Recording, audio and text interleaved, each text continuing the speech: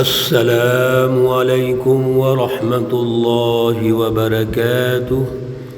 اعوذ باللہ من الشیطان الرجیم۔ بسم اللہ الرحمن الرحیم۔ عسى الله أن يجعل بينكم وبين الذين عاديتم منهم مودة والله قدير والله غفور رحيم۔ صدق اللہ العلی العظیم۔ اللہم صل علی سیدنا ومولانا محمد النبی الأمی وعلى آلہ واصحابہ وبارک وسلم وصل علیہ۔ معزز سامعین و سامعات، پارہ نمبر 28 سورۃ الممتحنہ، آیات مقدسہ 7، 8 اور 9 ہیں۔ اللہ رب العزت ان آیات کا فہم اور شعور عطا فرمائیں اور عمل کی توفیق اور صلاحیت عطا فرمائیں۔ گزشتہ رکوع جب شروع ہوا، پہلا رکوع سورہ مقدسہ کا، تو وہاں سے ایک بنیاد اور ایک اہم ضابطہ اور کچھ قوانین اللہ رب العزت نے سیاسی اور سماجی ارشاد فرمائے کہ دشمن کی پہچان پیدا کرو، دشمن کون ہے، اور دشمن کو دشمن سمجھو، ان کو دوست مت رکھو، ان میں اپنے راز منتقل مت کرو۔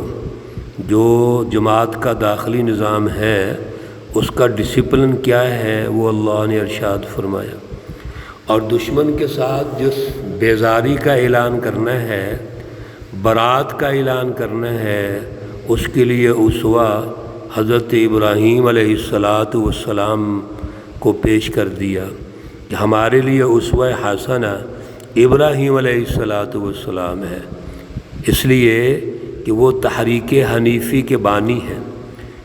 آپ کے دور میں جو ظالم دشمن ہے وہ نمرود ہے، تو آپ نے نمرود سے کمپرومائز نہیں کیا بلکہ اس کا مقابلہ کیا ہے، اور پھر اللہ سے دعا کرتے رہو کہ اے اللہ ہمیں دشمن کے لیے تختہ مشق نہ بنا، امتحان کی جگہ نہ بنا، بلکہ ہمیں بخش دے اور ہم تیرے اوپر بھروسہ کرتے ہیں۔ ایک یہ حاتم بن ابی بلتہ رضی اللہ تعالی عنہ کے خط سے جو تأثر ملتا تھا کہ آپ نے جو ان کو خط لکھا اس کی وجہ یہ تھی کہ آپ کے بچے تھے، عزیز و اقارب تھے، آپ ان کو بچانا چاہتے ہیں، تو اللہ رب العزت نے اس عنوان سے پابندی لگا دی۔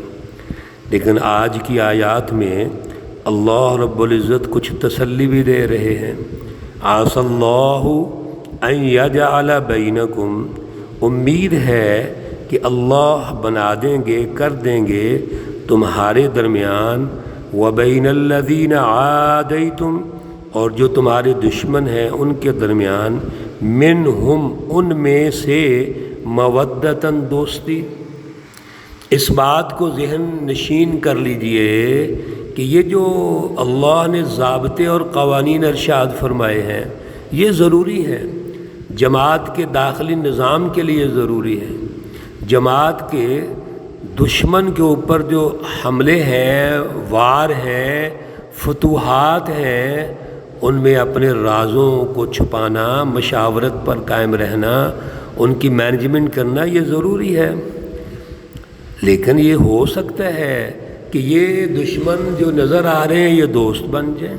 ایسے ہی ہوا فتح مکہ کے موقع پر ابو سفیان جو سپہ سالار ہیں، مشرکین مکہ کے مسلمان ہو جاتے ہیں، اور پھر وہ ابو سفیان اور ان کے بیٹے معاویہ بن ابی سفیان، یزید بن ابی سفیان، یہ وہ علاقے فتح کرتے ہیں، شام کے علاقے فتح کرتے ہیں، دمشق کو اپنا مرکز بناتے ہیں، اور کتنا آگے چلے گئے۔ اکرمہ بن ابو جہل کا بیٹا اکرمہ مسلمان ہو گئے۔ تو سارے تقریباً مکہ المکرمہ کے جو بڑے بڑے سردار تھے اور دشمن تھے، لڑ رہے تھے، وہ مسلمان ہو گئے۔ پھر رسول اللہ صلی اللہ علیہ وسلم نے جب مکہ فتح کیا اور سب کو معاف کر دیا، آپ نے فرمایا یہ تو انسانیت کا پروگرام ہے، عدل کا پیغام لے کے آئے ہیں، عدل کا سیاسی اور معاشی نظام غالب کرنا چاہتے ہیں، وہ اعلیٰ فکر اور فلسفہ توحید اللہ کی بالادستی چاہتے ہیں، تو سارے مسلمان ہو گئے تھے۔ تو سبحان اللہ رب العزت ارشاد فرما رہے ہیں کہ یہ جو تم دوستی بھی کرنا چاہتے ہو، تو ایک وقت ایسا آئے گا سارے جو وہاں کے کفار اور مشرکین ہیں، جن کے دلوں میں اللہ کا کوئی ڈر ہے، رسول اللہ صلی اللہ علیہ وسلم یا آپ صحابہ سے محبت ہے، وہ مسلمان ہو جائیں گے۔ واللہ قدیر، اللہ قدرت والے ہیں، واللہ غفور الرحیم، اور اللہ بخشنے والے ہیں، مہربان ہیں۔ اگر کوئی غلطی ہوئی بھی ہے، خط لکھا بھی گیا ہے، تو اللہ رب العزت بخشنے والے ہیں، مہربان ہیں۔ لا ینہاکم اللہ، اب جو دوستی کرنی ہے، موالات کا جو نظام ہے، روابط کا نظام ہے، اس کی روح اللہ ارشاد فرما رہے ہیں کہ ترک موالات کس کے ساتھ ہوگا اور موالات کس کے ساتھ آپ کر سکتے ہیں۔ تو دشمن دو طرح کا ہے، ایک دشمن وہ لوگ ہیں جو ظالم ہیں، جو غالب ہیں، جو آپ کو ہجرت پہ مجبور کر رہے ہیں، ان کے ساتھ تو کوئی تعلق نہیں ہے، انہوں نے تو مظالم ڈھائے ہیں، مصائب اور پریشانیاں پیدا کی ہیں۔ لیکن کچھ لوگ ایسے بھی ہیں جو ان کے اعلی کار کے طور پہ کام نہیں کیا، انہوں نے خاموش رہے، سائیڈ پہ ہو گئے، یا اگر اعلی کار کے طور پہ کام کیا تو وہ مجبور تھے۔ اس لیے ان دونوں کا تجزیہ اللہ نے ارشاد فرمایا، لا ینہاکم اللہ رب العزت تمہیں نہیں روکتے، ان الذین، ان لوگوں کے بارے میں، لم یقاتلوکم فی الدین، جنہوں نے تمہیں اللہ کے راستے میں قتل نہیں کیا، جنگ نہیں کی، ولم یخرجوکم من دیارکم، اور تمہیں تمہارے گھروں سے نکالا نہیں ہے، نہ تو انہوں نے تمہیں ہجرت پہ مجبور کیا، نہ ہی تمہیں قتل کرنے کی کوشش کی۔ دو ہی طریقے ہوتے ہیں سیاسی طور پر کسی کی اہمیت کو ختم کرنے کے، ایک طریقہ کار یہ ہو اس کو قتل کر دو، جو کر رہے تھے ابو جہل اور اس کا پورا اتحادی جو مافیا تھا، اور دوسرا کیا تھا کہ ہجرت پہ مجبور کر دو۔ جنہوں نے یہ کام نہیں کیا، اللہ نے ان سے دوستی سے نہیں روکا، ان تبروہم، کہ آپ ان سے نیکی کر سکتے ہو، بلائی کر سکتے ہو، وَتُقْسِطُوا إِلَيْهِمْ، اور ان کے ساتھ انصاف کے ساتھ پیش آؤ، ان اللہ یحب المقسطین، بے شک اللہ رب العزت انصاف کرنے والوں کو پسند کرتے ہیں، اسی سے اللہ محبت کرتے ہیں۔ اب جن لوگوں نے آپ کو ہجرت پہ مجبور نہیں کیا یا نکالا نہیں ہے اور وہ خود مجبور ہیں، آپ ان سے دوستی کر سکتے ہیں۔ یہ ہم پہلے بھی عرض کر چکے ہیں، آج بھی دنیا کے اندر دو قسم کے کافر ہیں، ایک وہ ظالم کافر مشرک اور منافق ہیں جنہوں نے ظلم کے نظام قائم کیے، غلامی کے نظام قائم کیے، اور ایک وہ ممالک کہہ لیجئے یا ان کی اپنی عوام ہے، وہ خود مظلوم عوام ہے، ان پر خود وہ ٹیکس لگاتے ہیں، ان پر ظلم کرتے ہیں، وہ تو بیچارے انسان ہیں۔ ان انسانوں سے دوستی کرنے کے لیے اللہ نے نہیں روکا، اس خاص ظالم مافیا سے روکا ہے جس کے نتیجے میں انسانیت کو نقصان پہنچتا ہے۔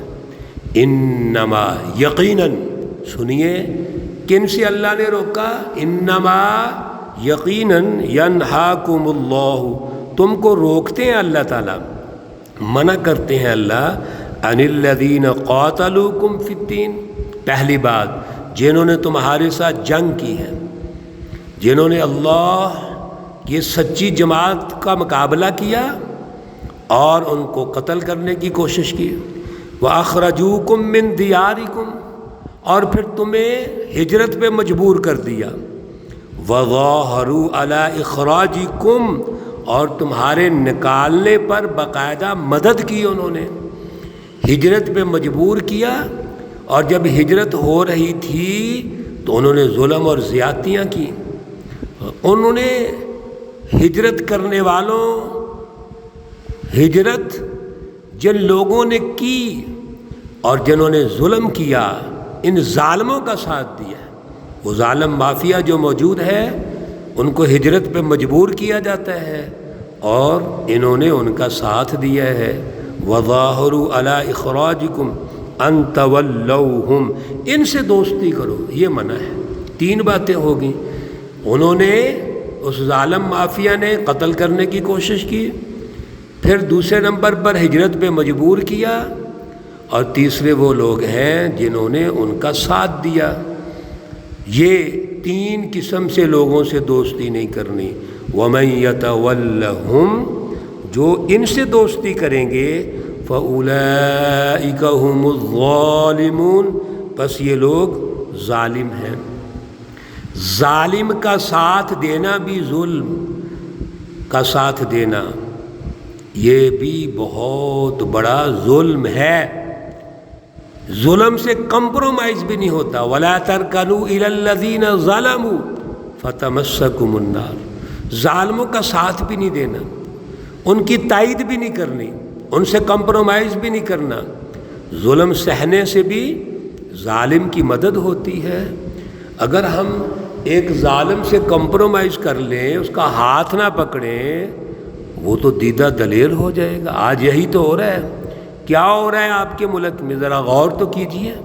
آج ظالم مافیا غالب ہے، لوگوں کو قتل کرتے ہیں، گرفتار کرتے ہیں، جیلوں میں ڈالتے ہیں، گھروں پہ چھاپے مارتے ہیں، عورتوں اور بچوں کو اٹھا لیتے ہیں، ان کا روزگار تباہ کر دیا، ان کا معاشی ڈھانچہ جو نظام تھا وہ تباہ کر دیا۔